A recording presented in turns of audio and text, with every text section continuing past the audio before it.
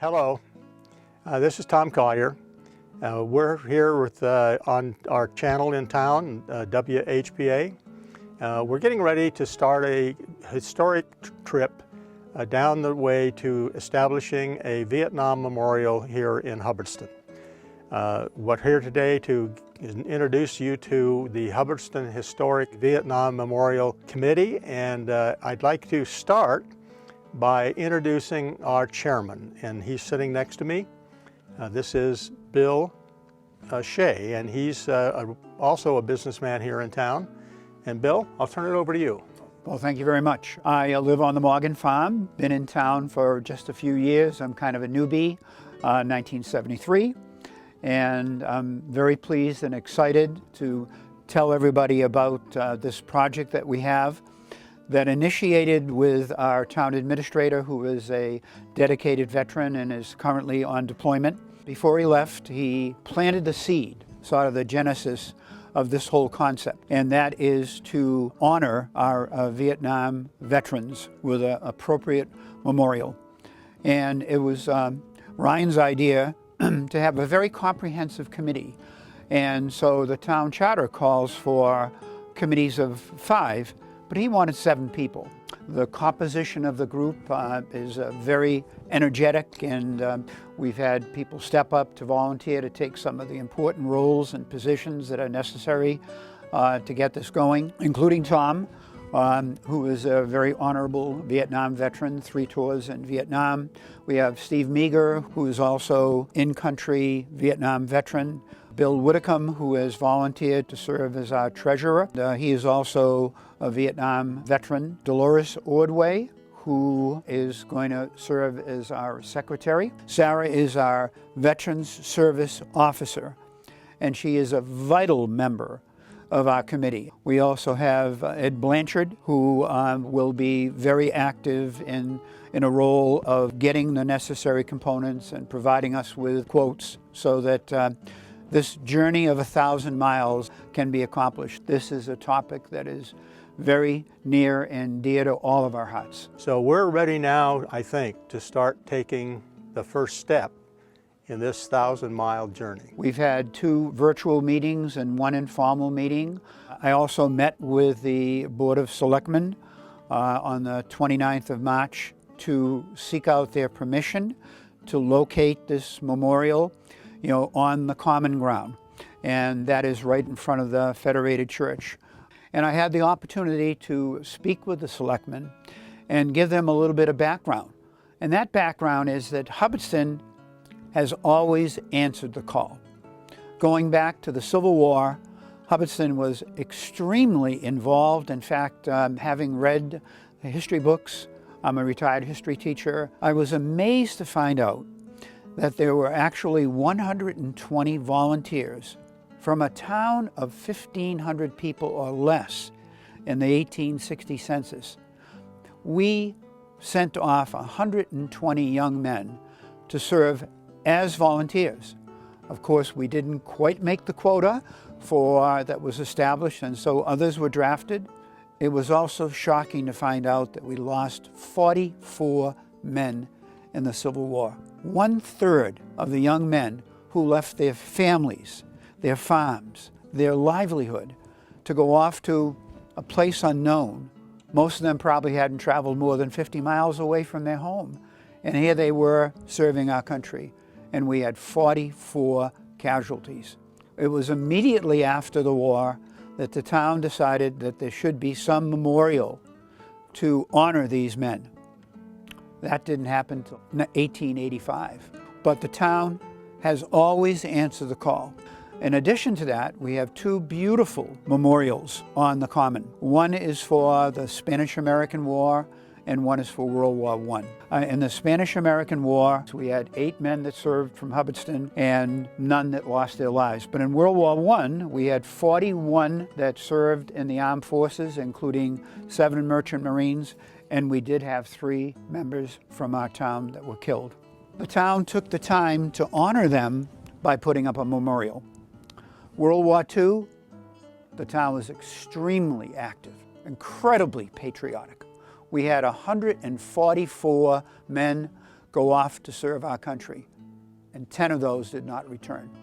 And then we have one for Korea, which is located across the street in front of our elementary school. We don't want to exclude anybody. We want this to be all inclusive.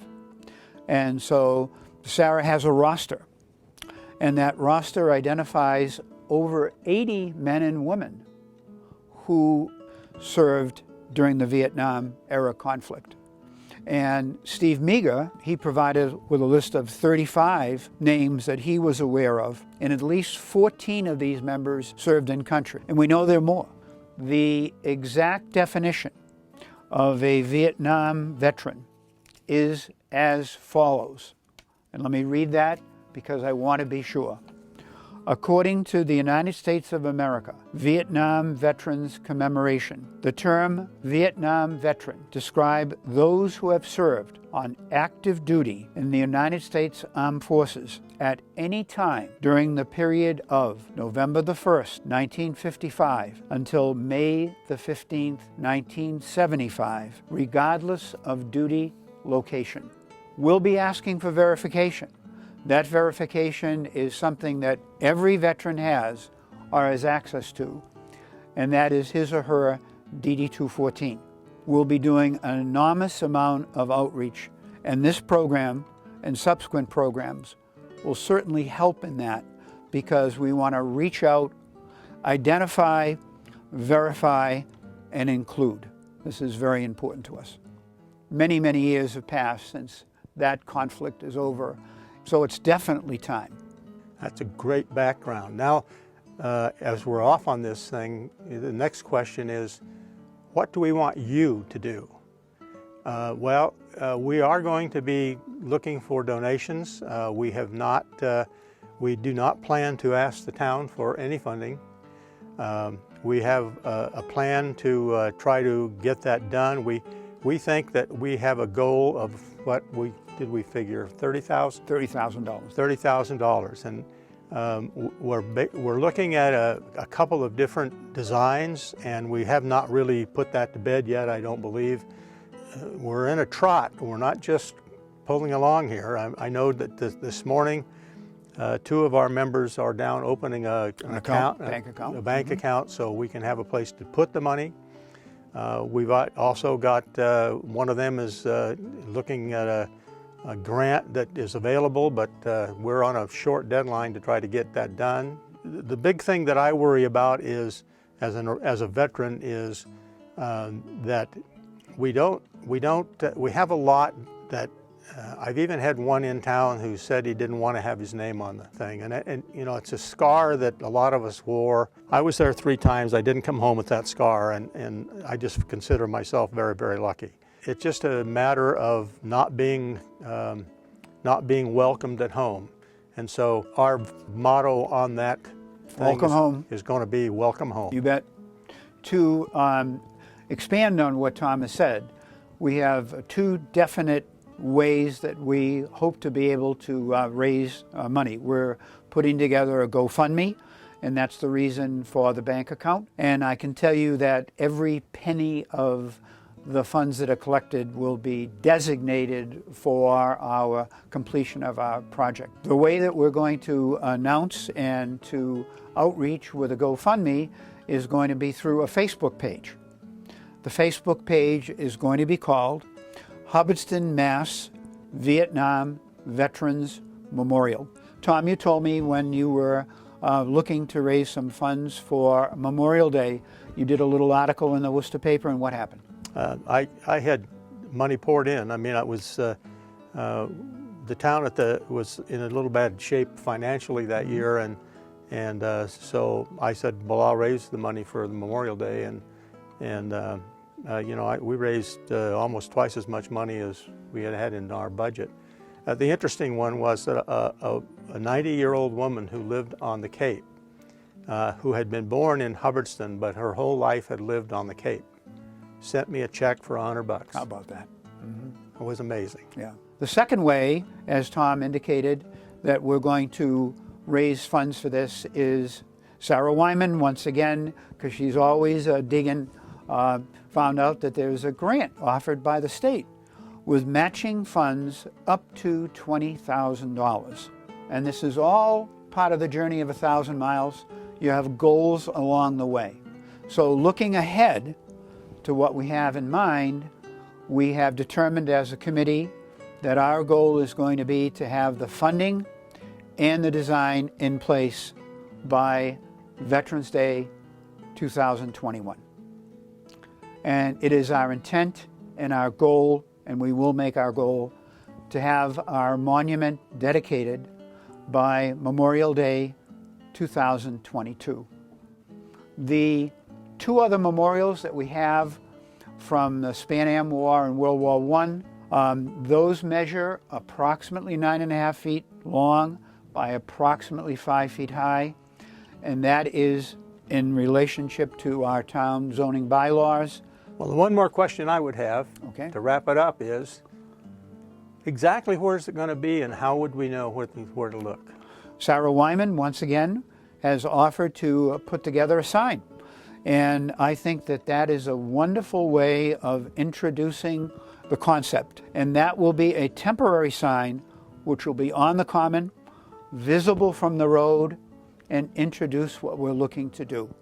We also intend to outreach at the fair this year in June and also the field day in September so that everybody will know about this. I think that local access is going to provide a wonderful medium, plus we're going to have news releases. During all of our outreach, we are going to be looking for that input because we have two valid sources. We have Steve Meager's list of 35, which will dovetail with Sarah Wyman, our Veteran Service Officer, who has 80 on her roster. But we want to include people who may have moved into town after, such as Tom and Bill, who moved into town after and are a vital component of our community and serve their country. So we want to be sure that we outreach to everybody. And as Tom has said, he's already had one person that doesn't wish to have their name on the memorial. We respect that. We're very interested in hearing from you. So if you have questions in general pertaining to the committee, its goals, and anything in general, you're more than welcome to contact me. My phone number is 978-928-4440. And the best email address to reach me at would be bill@therupturedduck.com.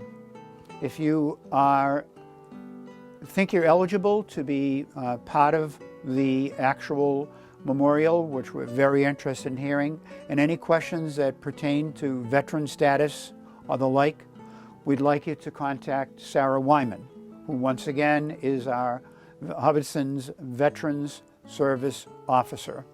Her office number is 978-874-7461. Her email address is, all lowercase, swyn@westminster-massma.gov. Is that it? I think we're done, huh?